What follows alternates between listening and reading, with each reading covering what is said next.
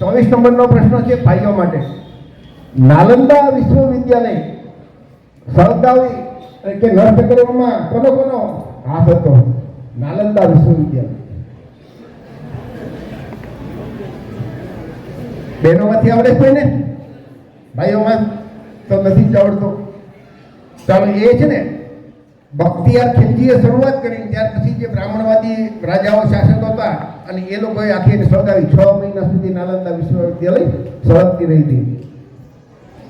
25 નંબરનો પ્રશ્ન એનો માટે. આજના જે ઓબીસીમાં છે ને, કોળી સહિત 176 જ્ઞાતિઓ આવે. એમાં એસસી આવે, એસટી આવે, આ બધા શૂદ્ર વર્ણમાં આવે. તો આ બધાનો મૂળ ધર્મ કયો હતો? બૌદ્ધ ધર્મ હતો કે હિન્દુ ધર્મ? અને ક્યાંથી બૌદ્ધ ધર્મનું બ્રાહ્મણી ધર્મમાં પરિવર્તન કરવામાં આવ્યું? 25મો નંબરનો મુદ્દો કે આપણા બાપ દાદાનો મૂળ ધર્મ કયો હતો?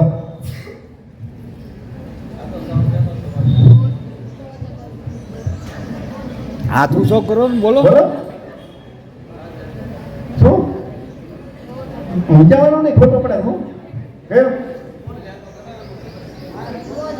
બૌદ્ધ ધર્મ. કોણ બોલ્યું?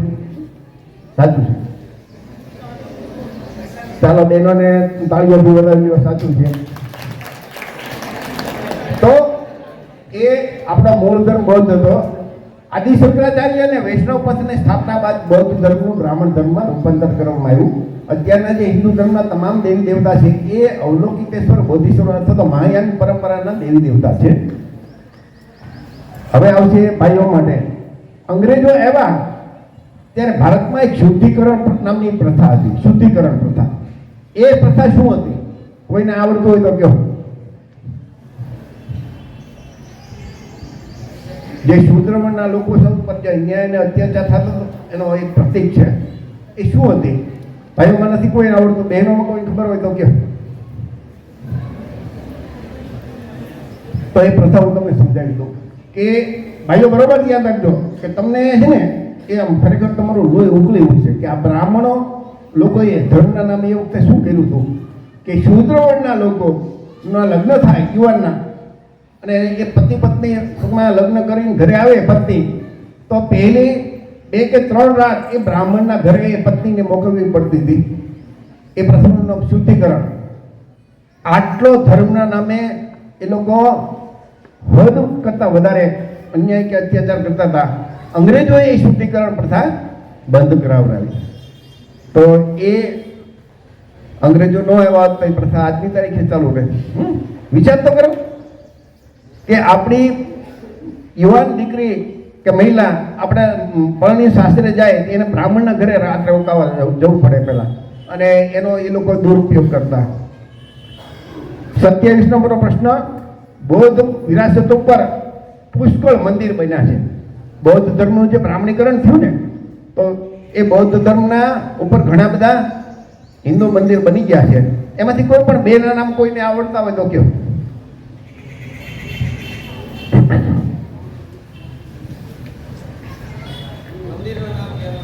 મંદિરના નામ કહેવાના છે. આ પેલા બહેનોને, પછી બહેનોમાં નથી આવડતું, ભાઈઓમાંથી કોઈને આવડતું હોય તો કેવું.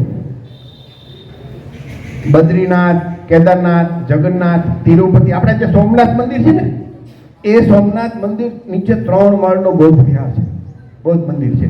અને એ પુરાતત્વ વિભાગ અને આઈઆઈટી અમદાવાદ એ લોકોએ સર્વેક્ષણ કરી અને એનો રિપોર્ટ આપેલો છે. વડાપ્રધાન નરેન્દ્ર મોદીના આગ્રહથી એ લોકોએ જોયું અને એમાંથી મળ્યું હતું. હવે ભાઈઓ માટે સવાલ. ભારતમાં અંગ્રેજો આવ્યા ને ત્યારે બૌદ્ધ સંસ્કૃતિ અને સમ્રાટ અશોક વિશે લોકો હાવ ભૂલી ગયા હતા. તો જે અંગ્રેજોનો એક અધિકારી હતો એણે આ બધું સંશોધન કરીને એક એનું શોધી કાઢ્યું. તો એ અંગ્રેજ અધિકારીનું નામ શું?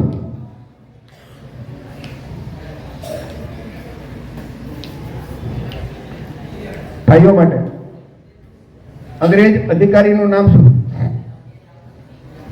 બહેનોમાં કોઈને આવડે છે?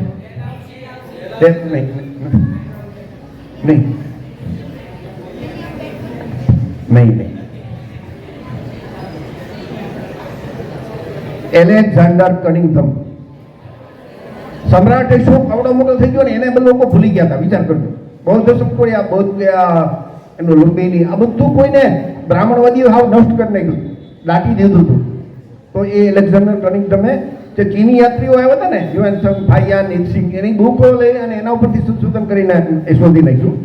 બહેનો માટે સવાલ, ચાણક્ય પાત્ર તમે ઇતિહાસમાં નામ સાંભળ્યું હશે. એ ચાણક્ય પાત્ર એ કાલ્પનિક છે એવું એક ભારતના પ્રોફેસરે વિડીયો ઉપર જાહેર કર્યું છે. યુટ્યુબમાં એના વિડીયો છે, એના ઉપર પુસ્તક લખ્યું છે અને જે ચાણક્યને સાબિત કરે એને 10 લાખ રૂપિયા ઇનામ આપવાની જાહેરાત કરી છે. એ પ્રોફેસરનું નામ કોઈને ખબર હોય તો કયો. બહેનો માટે સવાલ છે, ભાઈઓમાં કોઈને આવડે? પ્રોફેસર વિલાસ ખરાટ. ભાઈઓ માટે સવાલ, ભારતમાં ચીનથી જે વિદેશી યાત્રીઓ આવ્યા એમાંથી ઓછામાં ઓછા 2 ના નામ આપો.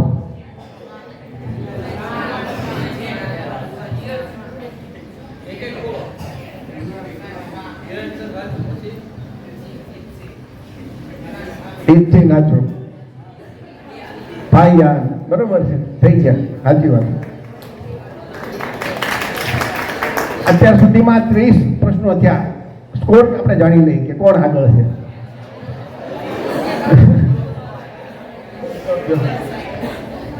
આપણે સ્કોર જાણી લઈએ ત્યાં સુધીમાં 31 નંબરનો પ્રશ્ન.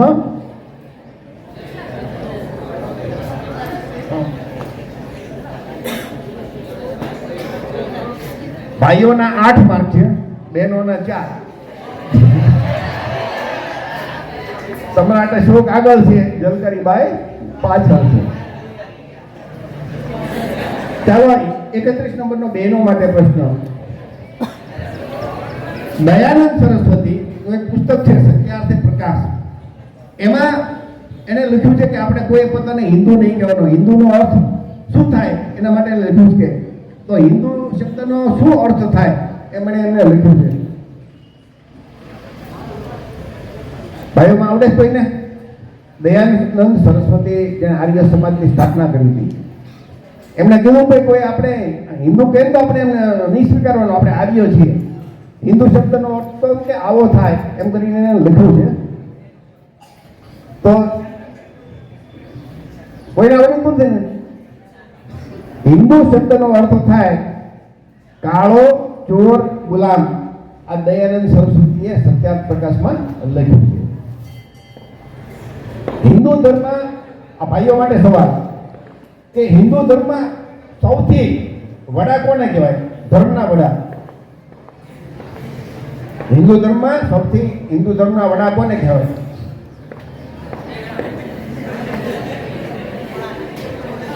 વાતો નહીં કરતા મિત્રો, બરોબર ધ્યાન રાખજો. આ સમજવા જેવું છે. એનો મતલબ મોટા ભાગના પ્રશ્નો નથી આવડતા, એનો મતલબ આપણે ક્યાં કેટલા પાછળ છીએ તમે વિચાર કરજો. બેન એનોમાં હવે ટ્રાન્સફર કરી વાળો.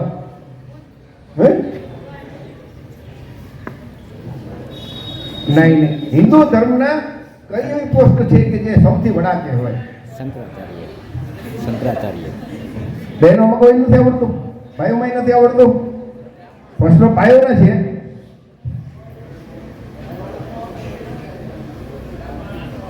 જે સામાન્ય રીતે બ્રાહ્મણ જ હોય છે.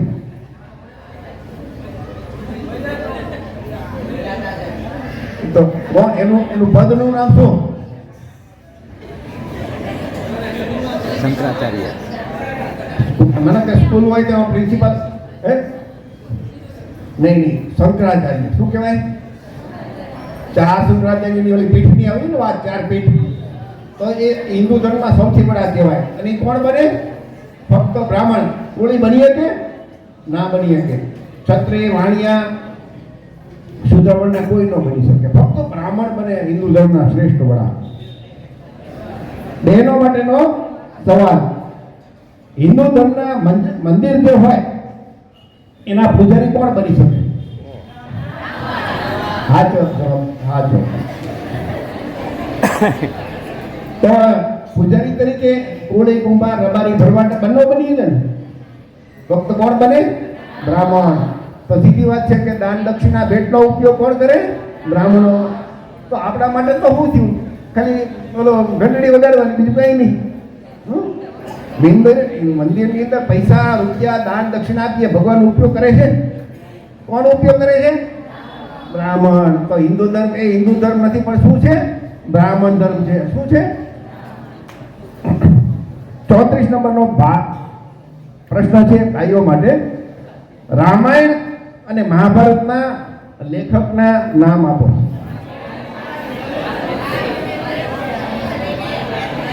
એક ઉભા થઈને બોલો. તમે બોલો. બોલો. સાચું આપી દીધું. તુલસીદાસ. રામાયણ વાલ્મીકી લખ્યું, તુલસીદાસે રામચરિતમાનસ લખ્યું અને મહાભારતમાં વેદવ્યાસ. આ બ્રાહ્મણ ગ્રંથોમાં લખેલું છે, એની કોઈ પુરાવા નથી.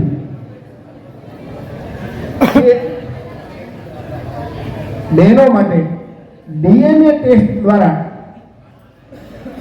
એવો 4 વર્ણમાંથી કયો એવો વર્ણ છે કે જે વિદેશી સાબિત થયો? બ્રાહ્મણ, ક્ષત્રિય, વૈશ્ય અને શૂદ્ર. તો DNA નો જે ટેસ્ટ કરવામાં આવ્યો એમાંથી કયા વર્ણના લોકો વિદેશી છે એવું સાબિત થયું? ટાઈમ્સ ઓફ ઇન્ડિયામાં એનો પહેલી વખત આખો મોટો રિપોર્ટ આવ્યો હતો. આવડે છે બહેનો કોઈને? ચાલો ભાઈઓમાં પાસ કરી. આવડે છે કોઈને? બ્રાહ્મણ ભૂલે એમને તીર મારી દીધું હતા, આવડી જાય. તો બ્રાહ્મણ સાચું છે, બ્રાહ્મણ વિદેશી છે.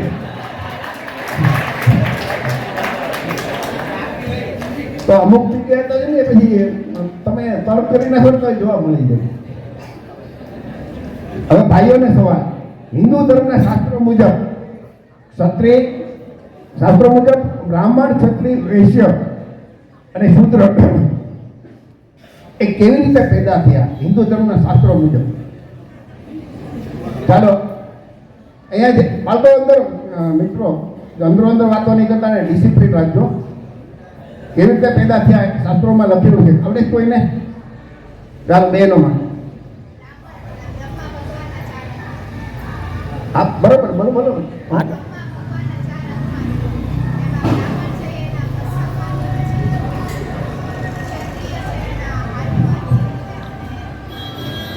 આ બેનનો બિલકુલ સાચો જવાબ છે.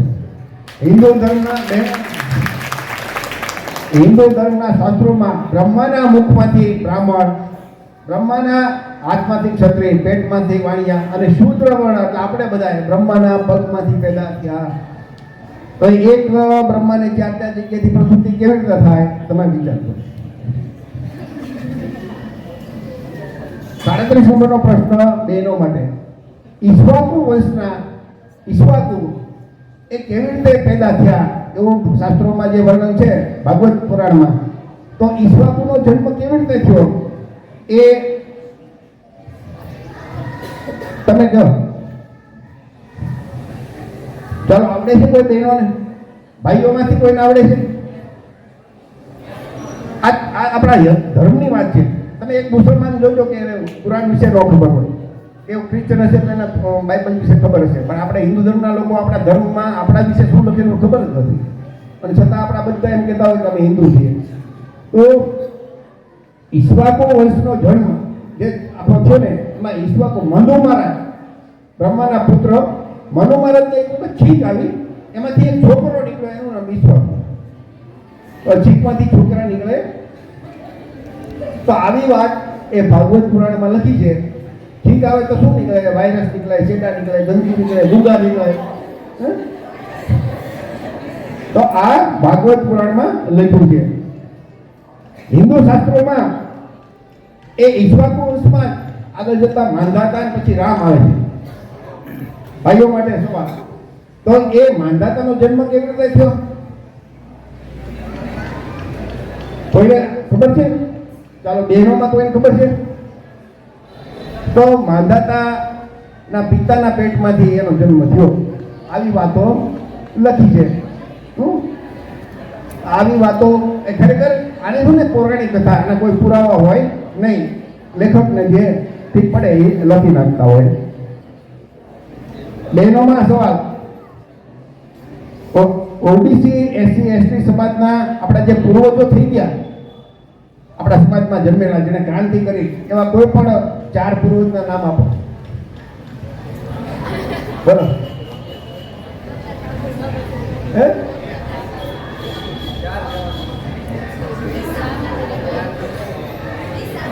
હે? બિરસા મુંડા કહે છે, બાબા સાહેબ કહે છે.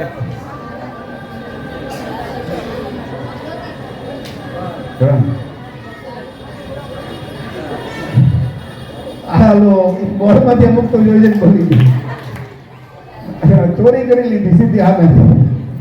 કોપી પેસ્ટ લાગશે. તો અહીંયા જે છે ને એ આપણા બધા મહામાનવ છે. ભાઈઓ માટે સવાલ. હિન્દુ ધર્મ શાસ્ત્રો અનુસાર, હિન્દુ ધર્મના શાસ્ત્રોમાં દરેક વર્ણને કામ થતું હતું કે અમને આ કરવાનું, બ્રાહ્મણોએ ક્ષત્રિય આ કામ કરવાનું, વાણિયાએ આ કરવાનું, શૂદ્રોએ આ કામ કરવાનું. તો બ્રાહ્મણોએ શું કામ કરવાનું હતું? પૂજા પછી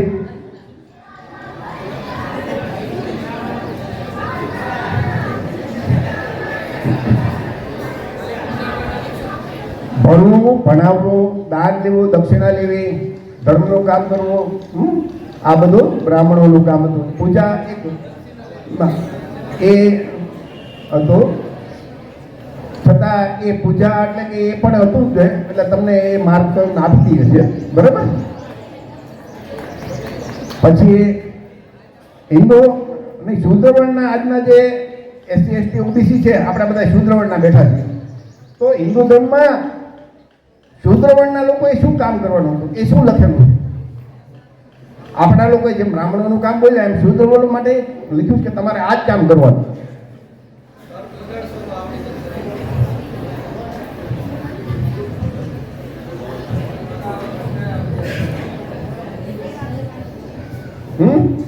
સેવા કરવાની, સાચી વાત છે. ઉપરના 3 વર્ણની સેવા કરવાની, નિસ્વાર્થ ભાવે, સ્વાર્થ વિના. એ લોકોએ એઠું જૂઠું આપે એ ખાવાનું, ફાટેલા તૂટેલા કપડાં આપે પહેરવાના. આવું બ્રાહ્મણોએ શૂદ્રો માટે લખ્યું છે. બ્રાહ્મણોએ લખ્યું છે કે તમારે ભણવાનું નહીં. આ તમે બધા ભણો છો ને, એ હિન્દુ ધર્મના શાસ્ત્રો મુજબ એ મનાય છે, બરાબર. ચાલો, 42 નંબરનો પ્રશ્ન ભાઈઓ માટે. હિન્દુ ધર્મ અનુસાર શૂદ્રવર્ણના બાળકોના નામ, જન્મ થાય ને પછી નામ રાખવાનું હોય બાળકોના, તો શૂદ્રવર્ણના નામ બાળકોના કેવા રાખવાના, એ શું લખ્યું છે?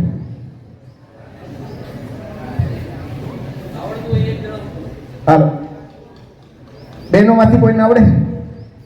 કેવા રાખવા નામ, તે માટે લખ્યું છે.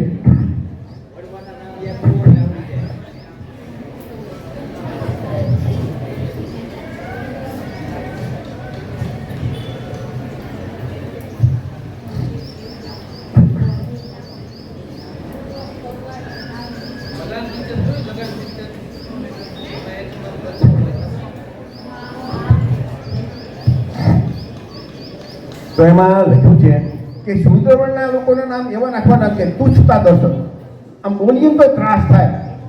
કાંડો, ગાંડો, ઘેલો, માલો, કચરો, વાલો, આવા નામ. દોષડા. તો આપણા બાપ દાદાને એવો શોખ નહોતો આવા નામ રાખવાનો. બ્રાહ્મણોના કેવા નામ? કારણ કે મંગલકારી, કરુણાશંકર, લાભશંકર. ક્ષત્રિયોના કેવા રાખવાના? તો શક્તિવર્ધક, શક્તિસિંહજી, મજબૂતસિંહજી, પરાક્રમસિંહજી. આવા. વાણિયાના તો કે ધન દોલતનો અહેસાસ એવા, દલીચંદ, પાનાચંદ, ગણેચંદ એવા. શૂદ્રોના કેવા? તુચ્છતા દર્શક. આવું શાસ્ત્રોમાં લખેલું છે. ચાલો, ત્યાર પછીનો 43 નંબરનો પ્રશ્ન બહેનો માટે. હિન્દુ ધર્મ શાસ્ત્રો અનુસાર શૂદ્રવર્ણની વ્યક્તિ વેદ સાંભળે, બોલે તો એને શું સજા કરવાની જોગવાઈ છે?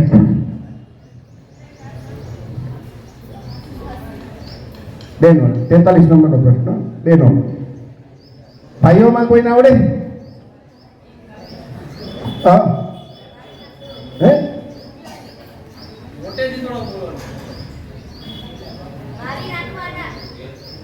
નહીં, સીધા મારી નહીં નાખવાના, એવું નથી.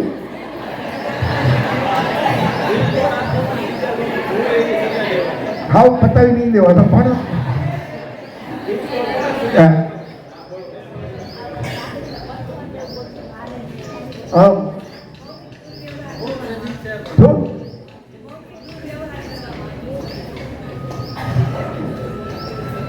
નહીં નહીં. શું સમાજમાં જ ના જો ના એ અત્યારે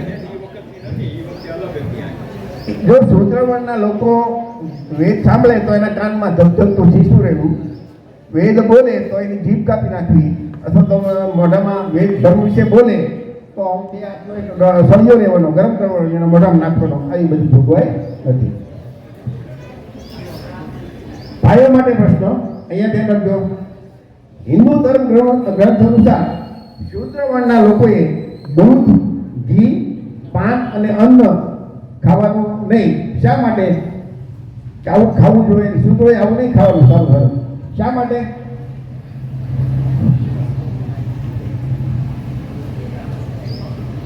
બહેનોમાં કોઈને આવડે?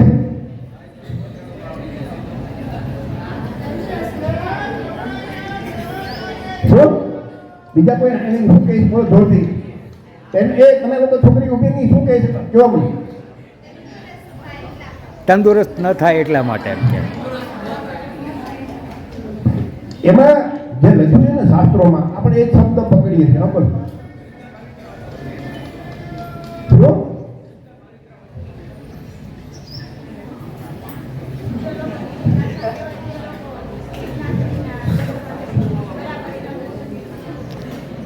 Very good. શું ઊંચી જાતિના લોકો સામે બરાબરી ન કરીએ કે નીચી જાતિના, એટલા માટે એને આવું નહીં ખાવાનું. આમ તો જે શાસ્ત્રોમાં લખ્યું છે ને એ ઊંચી જાતિના ક્ષત્રિય કે વાણિયા માટે નથી લખ્યું કે ભાઈ આવું જો ખાશે, આવું દૂધ, અન્ન ને આ બધું, તો બ્રાહ્મણને દુઃખ થાય એટલે શૂદ્રો નહીં ખાવાનું, એવું લખ્યું છે. તો આનો સવાલ જવાબ કોઈને મળશે નહીં. બહેનો માટે સવાલ. તુલસીદાસે જે રામાયણ લીધું ને, રામચરિત માનસ, એમાં એક શ્લોક છે, એક પંક્તિ છે ચોપાય કે ઢોલ ગવાર પશુ નારી સકલ તાડના જે અધિકારી. તો એનો અર્થ શું થાય? ઢોલ ગવાર શુદ્ધ પશુ નારી સકલ તાડના કે અધિકારી.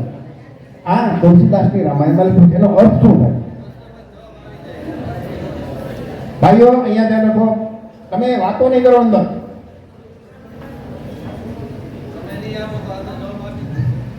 ઈઝી છે. હા, ચાલો ભાઈઓમાં કોઈને આવડે?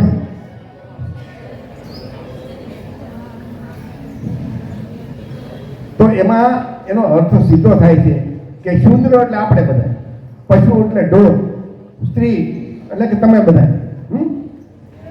ઢોલને મારો તો વાગે, બરોબર છે? તો આ બધાને ધોકા મારો તો સીધા હાલે. આ બધું આપણા વિશે રામાયણમાં લખ્યું છે. તુલસીદાસ બ્રાહ્મણ હતા. ચાલો હવે ભાઈઓ માટેનો પ્રશ્ન 46 નંબરમાં. વાલ્મીકી રામાયણ અનુસાર શૂદ્રવર્ણના શંભુકની ભગવાન રામ હત્યા કરે છે. એ શા માટે હત્યા કરે છે? શૂદ્રવર્ણના શંભુકની ભગવાન રામ છે એ હત્યા કરે છે. શા માટે? વાલ્મીકી રામાયણમાં લખ્યું છે. શા માટે હત્યા કરી? કોઈ નથી આવડતું? બહેનોમાંથી કોઈને ખબર છે?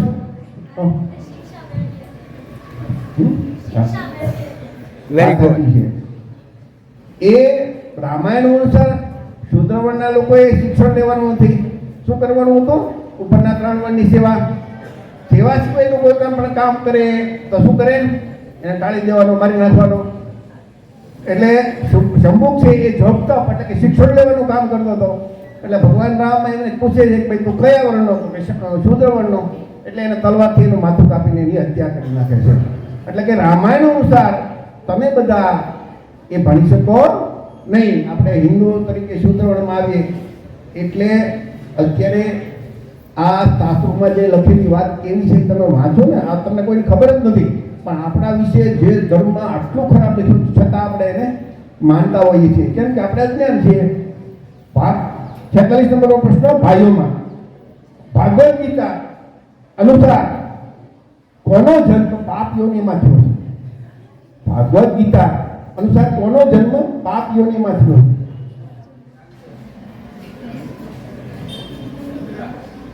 શૂદ્ર હતું. પછી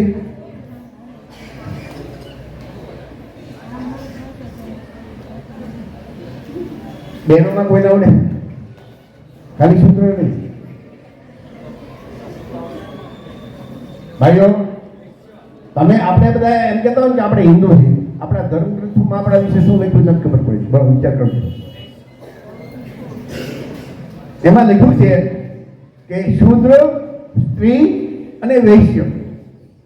વૈશ્ય એટલે વાણિયા આવી ગયા, એ તો એનો જન્મ જ પાપીઓમાં થયો છે, પણ મારા શરણમાં આવશે ને તો હું એને ઉદ્ધાર કરીશ. આવું ભાગવત ગીતામાં કૃષ્ણ ભગવાનના મોઢે બ્રાહ્મણોએ લખેલી ભાગવત ગીતામાં આવું કોઈ ભગવાન બોલ્યા નથી.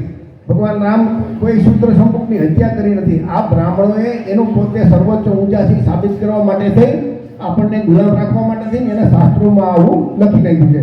ભગવાન હોય તો આવું કામ કરે ખરા? કોઈ શૂદ્રને મારે? ન મારે, સીધી વાત છે.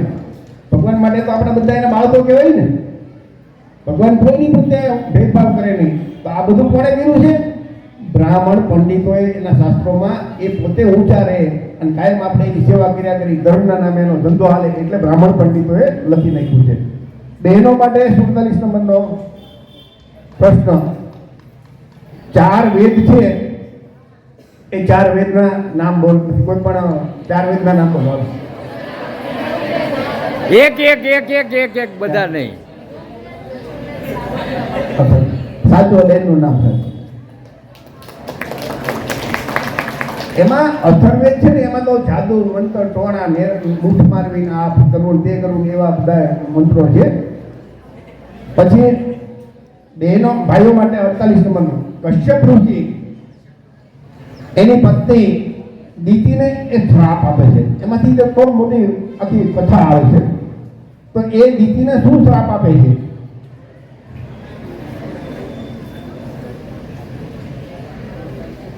તમારામાંથી કોઈ બહેનો ના આવડે? તો એ કશ્યપ ઋષિના પત્ની કે ભાઈ તારા કુટુંબમાં રહેલા 2 બાળકો નીચ, પાપી અને મહા ક્રૂર રાક્ષસ થશે. એટલે એ જન્મ થશે ત્યારે તો એ પછી મોટા થાય અને એને પછી મારવા માટે ભગવાન અવતાર લે છે. તો એક વખત છે એ કુંભકર્ણ અને રાવણ થાય, એને ભગવાન મારવા માટે ભગવાન રામ જન્મ લે છે. આવી કથા છે. એક વખત છે એ કંસ અને દત્તવસ્ત્ર થાય છે, મારવા માટે ભગવાન કૃષ્ણ જન્મ લે છે. અને એક વખત હિરણાક્ષિપુ જન્મે છે, એને મારવા માટે વરાહ અને ઋષિ અવતાર થાય છે. આવી બધી વાતો છે. 49નો પ્રશ્ન બહેનો માટે.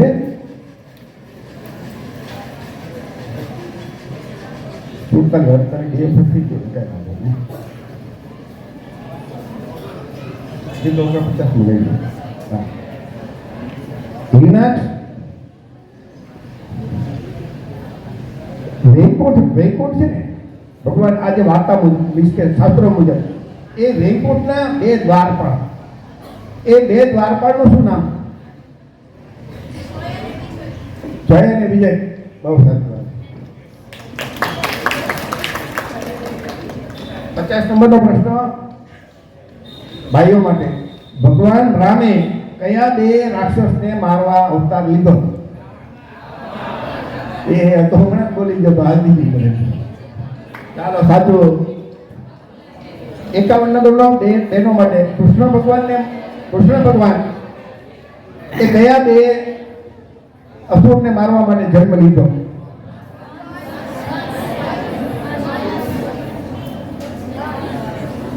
કંસ અને હમણાં હું બોલ્યો તો દંતવક્ર અને કંસ. તમને માર્ક આપી દઈશ. ચાલો. 52 નંબરનો પ્રશ્ન ભાઈઓ માટે. બ્રહ્મા, વિષ્ણુ, મહેશ એ ભાઈઓ અહીંયા ધ્યાન રાખો. તમારો સવાલ છે અહીંયા ધ્યાન રાખો દરેક ભાઈઓ. કે બ્રહ્મા, વિષ્ણુ, મહેશ સતી અનસૂયાની પરીક્ષા લેવા ગયા અને એ પરીક્ષા લેવા સમય છે નહીં, એમણે એક કઈ શરતનું પાલન કરવાનું કીધું? સતી અનસૂયાને કીધું ભાઈ અમારે જમવું છે. તો સતી અનસૂયા કહેનાને હું તમને જમાડી, પણ એક શરત બ્રહ્મા, વિષ્ણુ, મહેશ રાખી કે કેવી રીતે જમાડવાના એ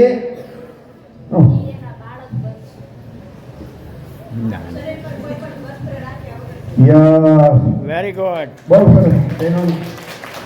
એ ભગવાન છે એ સતીને એમ કે તમારે નગ્ન થઈને પછી અમને જમાડવાના. તો શું કરે? હવે કોઈ પણ સ્ત્રી કોઈ પણ સામે લગ્ન ન થાય ને, એટલે શું કર્યું? એ સતીવંશીએ એ બ્રહ્મા વિષ્ણુ મહેશને બાળક બનાવી દીધા, નાના ભાવના. હવે બાળક પાસે માતા ખુલ્લી નગ્ન હોય કે ઢાંકણી બે હરખું જ છે ને, માતા તો એ બાળકને ધવરાવતી હોય, તો 3 દિન પછી એને ધવરાવ્યા. એટલે એ તો એનું જે શરત હતી તો શરત તો પૂરી થઈ ગઈ, એટલે એને બાળક માતા અંશુએ બનાવી દીધા હતા. પણ બેનની વાત બિલકુલ સાચી છે. અને પછી એ એનો દત્તાત્રેય અવતાર તરીકે જન્મ લે છે એવી વાર્તા આવે છે. 53 નંબરનો બહેનો માટે સવાલ. ભગવાન પરશુરામે કેટલી વખત પૃથ્વી ઉપરથી ક્ષત્રિયોનો નરસંહાર કર્યો? હિન્દુ ધર્મના શાસ્ત્રો મુજબ પરશુરામે ક્ષત્રિયોનો કેટલી વખત સંહાર કરેલો? ભાઈઓમાં કોઈને આવડે? 21 વખત ભાઈઓનું હાજર. આ બહેનોનો પ્રશ્ન ભાઈઓના મળે. ભાઈઓ માટે સવાલ. સ્વામી સચ્ચિદાનંદનું જાતિ વ્યવસ્થા ઉપર એક ક્રાંતિકારી પુસ્તક હતું. એ પુસ્તકનું નામ શું? પેટલાદ ગુતાલીમાં જેનો આશ્રમ છે ને, એ સ્વામી સચ્ચિદાનંદ. બહેનોમાં કોઈને આવડે? જાતિ વ્યવસ્થા ઉપર, વર્ણ વ્યવસ્થા ઉપર સ્વામી સચ્ચિદાનંદનું એક પુસ્તક હતું પ્રખ્યાત. એ પુસ્તકનું નામ શું? મોબાઈલમાં જોઈ લ્યો, મોબાઈલમાં સર્ચ મારે ટાઈમ નો એટલે કોઈ દેવાય. મોબાઈલમાં જોવાનું નહીં. એવી તો કરીને તો આપણે એમાંથી આ કઈ ચોરી કરવાથી તો આપણો બૌદ્ધ ધર્મનો સિદ્ધાંત છે ને કે ચોરી નહીં કરવાની. તો એ પુસ્તકનું નામ હતું અધોગતિનું મૂળ વર્ણ વ્યવસ્થા. બહેનો માટે સવાલ. દુનિયાના પહેલા રેશનાલિસ્ટ એટલે કે નાસ્તિક દુનિયાના પહેલા કોને કહેવાય છે? ભાઈઓમાં કોઈને આવડે છે? ગૌતમ બુદ્ધને. કોને? ગૌતમ બુદ્ધને. 56 નંબરનો પ્રશ્ન ભાઈઓ માટે. પ્રોફેસર જયંતિ પટેલ છે, એનું પુસ્તક છે. એને જે બળદ હોય ને, આપણે ગાડું ચલાવતા હોય, એના ઉપર બગાહ હોય, એ કોની સાથે એને બગાહને સરખાવ્યા છે? આ પુસ્તકમાં લખેલું છે, એટલે એના ઉપરથી બધા સવાલ લીધા છે. બહેનોમાં કોઈને આવડે? નહીં. તો ધર્મના નામે દાન દક્ષિણા ઉપર નભતા, ધર્મના નામે ધંધો કરતા લોકોને એને એ બગાસની જેમ સરખાવ્યા છે કે બગાસ છે એ પોતે કાંઈ મહેનત ન કરે, સીધું બળદનું લોહી ખેંચી લે અને એ ખાઈ પીને જલસા કરે. એમ આ ધર્મના નામે ધંધો કરતા આપણે શુદ્રવર્ણના લોકોનું દાન દક્ષિણા લઈને એ ખાઈ પીને મોજ કરતા હોય છે. બહેનો માટેનો પ્રશ્ન. વાલ્મીકી રામાયણ ના લેખક એ કયા વંશમાં જન્મ્યા હતા? કેમ કે કોળી લોકો અમુક છે ને એ એમ માને છે કે અમારા કોળીમાં જન્મ્યા. અમુક મૂળ નામ છે ને એનું છે ને એ મૂળ જે ભંગી નામ હતું ને એનું વાલ્મીકી થયું. એટલે એ ભંગી લોકો એમ સમજાય કે ભાઈ અમારા સમાજમાં જન્મ્યા, અને ભીલ લોકો અમુક જગ્યાએ એવા માને છે કે અમારા સમાજમાં જન્મ્યા. તો ખરેખર વાલ્મીકી રામાયણ જેને રામાયણ લખ્યું એ કયા વર્ણના હતા, કયા વર્ણમાં જન્મ્યા હતા, એમ ખુદ વાલ્મીકી રામાયણમાં પાછું લખેલું છે. બહેનોમાં નથી આવડતું. છોકરાઓ અંદર કોઈ વાતો નહીં કરો, અહીંયા ધ્યાન રાખો. મોટા ભાગના સવાલ આપણને નથી આવડતા, એનો મતલબ કે આપણે ધ્યાન નથી રાખતા. તો એ બ્રાહ્મણ વર્ણના હતા, કોળી નહોતા, વાલ્મીકી નહોતા કે ભીલય નહોતા. કેવા હતા? બ્રાહ્મણ હતા. એ રામાયણ લખ્યું ત્યારે શૂદ્રોને ભણવાનો જ અધિકાર નહોતો. તો અભણ શૂદ્ર સંસ્કૃતમાં રામાયણ ક્યાંથી લખી શકે? ભાઈઓ માટે સવાલ. ભારતમાં અંગ્રેજો આવ્યા ત્યારે ભણવાનો અધિકાર કોને હતો? પછી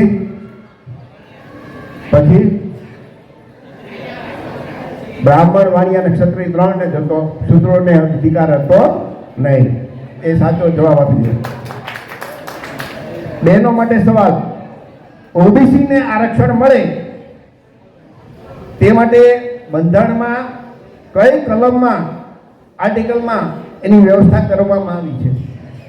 આપણા બંધારણમાં જે આપણને આરક્ષણ મળે ને ઓબીસીને અનામત એ કઈ કલમમાં લખેલું છે, એના કારણે મળે છે. અહીંયા બોલી ગયા હતા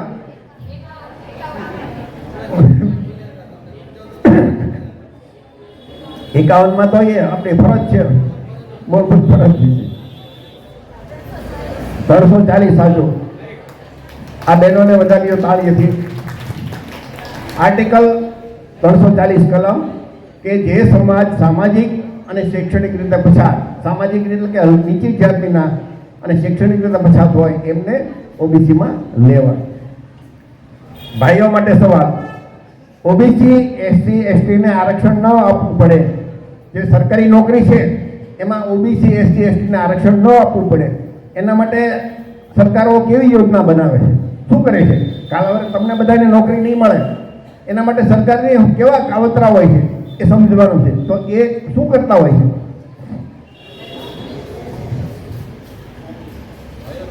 ભાઈઓનો સવાલ, તમારા જીવન મરણનો પ્રશ્ન છે, વિચાર કરજો. તમને ખબર નહીં હોય. અહીંયા ચાલો બહેનોમાંથી કોઈને આવડે?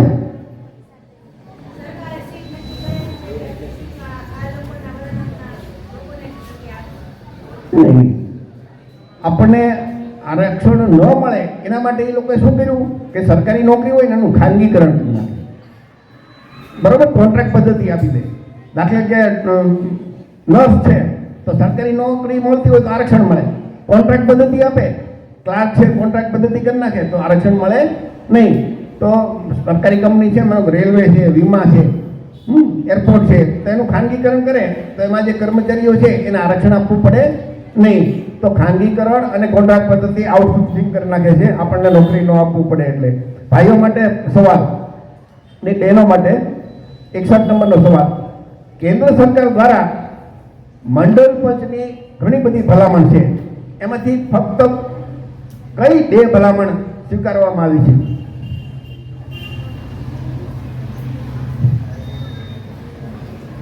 ભાઈઓમાં આ પ્રશ્નો ભાઈઓ પાસ કરીએ. એ મિત્રો અહીંયા ધ્યાન રાખો, અને તમારે બહાર જવું હોય તો તમારે બહાર જવાની છૂટ, જેને અહીંયા ન બેસવું હોય.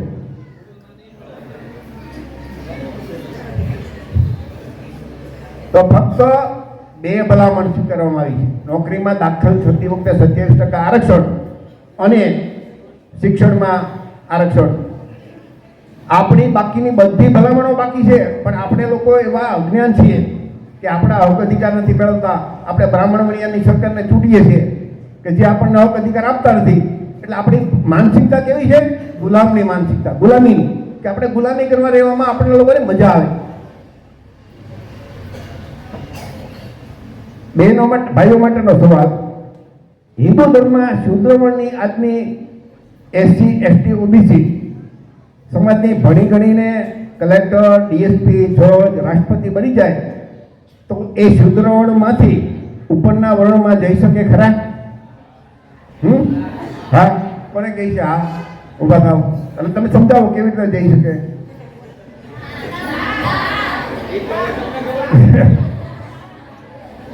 તો ન જઈ શકે. શું આ બહેનો સાચા છે? આ બહેનોને રામનાથ કોવિંદ શુદ્ર વર્ણના કોળી હતા, એ રાષ્ટ્રપતિ બન્યા તો એને મંદિરમાં નહોતા જવા દીધા. એનો મતલબ ભણી ગણીને કલેક્ટર, ડીએસપી કે રાષ્ટ્રપતિ બનો, પણ તમે જે વર્ણમાં નીચી જાતિના એ નીચી જાતિના જ રહેવાના છો. બહેનો માટે સવાલ, હિન્દુ ધર્મમાં ભગવાન બુદ્ધને વિષ્ણુના અવતાર છે એવું જાહેર કરી દીધું. તો ભગવાન બુદ્ધ છે કેટલામાં અવતાર છે? હિન્દુ ધર્મના ગ્રંથો, તમે બધા હિન્દુ છો પણ હિન્દુ ધર્મની ખબર નથી, બોલો મોટા ભાગના. અયોધ્યા રામની મૂર્તિ મૂકીને એમાં તે ભગવાન બુદ્ધની મૂર્તિ છે, બધા અવતારોની અંદર ભેગી મૂર્તિ છે.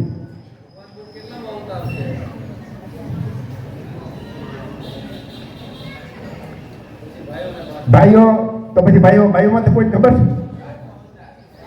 9મો અવતાર સાચું છે. 9મો અવતારી ભાઈઓનો પ્રશ્ન પાસ થઈ ગયો. મોબાઈલ જોવે કેમ કરે?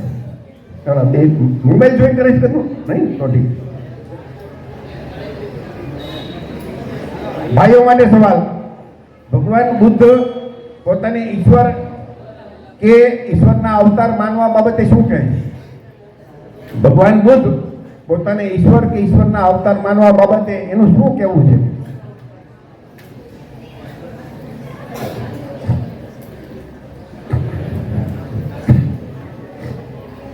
બહેનોમાં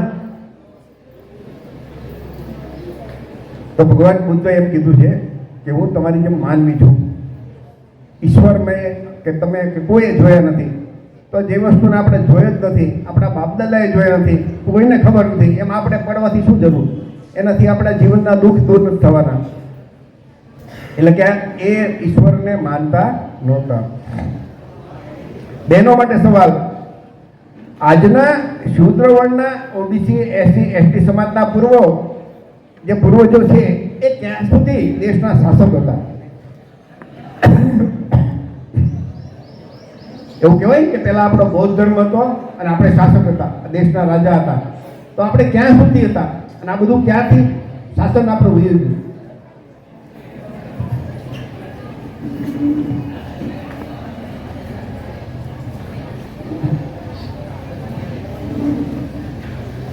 ભાઈઓમાં આવડે જ કોઈને? હે ના, તો ભાગલા પડ્યા તો બૌદ્ધ ધર્મ શાસક તો જતા બધા. બરોબર. તો આ છેલ્લા 1000 વર્ષથી આશરે, કેમ કે જૈવ પંથ અને વૈષ્ણવ પંથની સ્થાપના થઈ ને પછી હિન્દુ કે બ્રાહ્મણ ધર્મની શરૂઆત થઈ, પછી ધીમે ધીમે ધીમે આપણું શાસન પુત્ર રાજાએ બધા હિન્દુ રાજા બનતા ગયા છે. ભાઈઓ માટે સવાલ, બૌદ્ધ ધર્મના જે પાયો છે ને, બે જ. હિન્દુ ધર્મનો પાયો શું છે કે વર્ણ વ્યવસ્થા, ઊંચ નીચ, બ્રાહ્મણ ક્ષત્રિય. અને હિન્દુ બૌદ્ધ ધર્મનો પાયો શું છે? બહેનોમાં આવડે કોઈને? બૌદ્ધ ધર્મનો પાયો છે માનવતા, કે દરેક માનવી સમાન. બરોબર છે, સમાનતા. પછી કોઈના પ્રત્યે ઊંચ કે ભેદભાવ નહીં, દરેક જીવ પ્રત્યે કરુણા,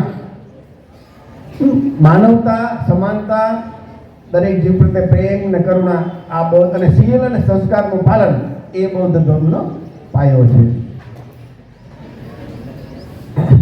બહેનો માટે સવાલ કે દયોજન, આવતો જન્મ, ઈશ્વર, દેવી શક્તિ, આ બધાને બૌદ્ધ ધર્મમાં સ્થાન છે કે નહીં? નહીં. સાચું તો. ભાઈઓ માટે સવાલ, અંધશ્રદ્ધા, અંધવિશ્વાસ અને પાખંડ જેમાં તમને દેખાય એવા હિન્દુ ધર્મના તહેવારો કયા કયા છે? બોલો તો જી.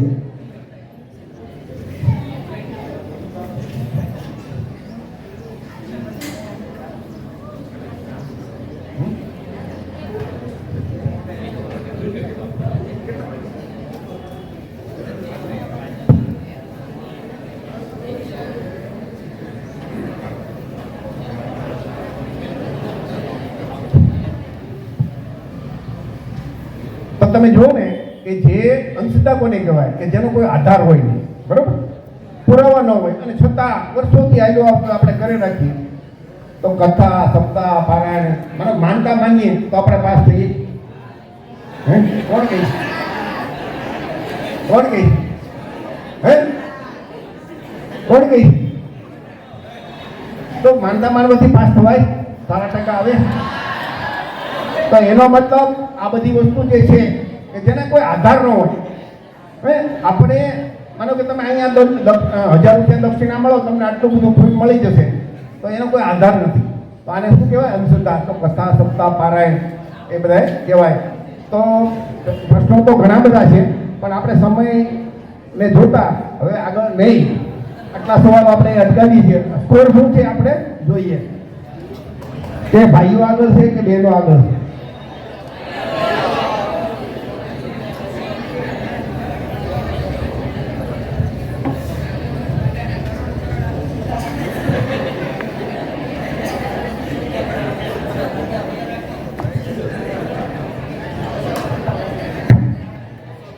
મિત્રો, જે પરિણામ એવું છે ને બહુ ચોંકાવનારું એવું છે. 2 ને 14 માર્ક આવ્યા. તાઈ કરી. એટલે આપણી બહેનો અને આપણા ભાઈઓ બે સમકક્ષ છે, દીકરા દીકરી બે સમકક્ષ છે. બંનેને ખૂબ ખૂબ અભિનંદન. મિત્રો હવે બીજું ભાઈઓ અહીંયા ધ્યાન રાખો, આપણે જ્યારે પણ મળીએ ને એકબીજાને ત્યારે આપણને જે કંઈ માનવીય હક અધિકાર મળ્યા છે કોના કારણે? ડૉક્ટર બાબા સાહેબ આંબેડકરના કારણે. તો જય ભીમ અને નમો બુદ્ધાય બોલવાનું. શું બોલવાનું? જય ભીમ નમો બુદ્ધાય. તો હું બોલીશ ને જય ભીમ તો તમારે બોલવાનું જય ભીમ. જય ભીમ. જય ભીમ. જય ભીમ. જય ભીમ.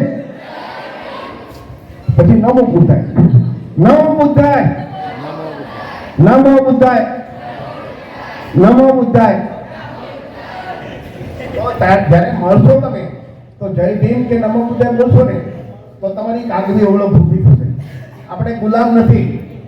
બાકી આ બ્રાહ્મણોએ નક્કી કરેલા બધા બોલશો તો એ લોકો તરત સમજી જશે કે આ શૂદ્ર વર્ણના લોકો છે એ આપણા ગુલામ. તો આપણા માટે ક્રાંતિકારી શબ્દ કયો છે? જય ભીમ અને નમો બુદ્ધાય.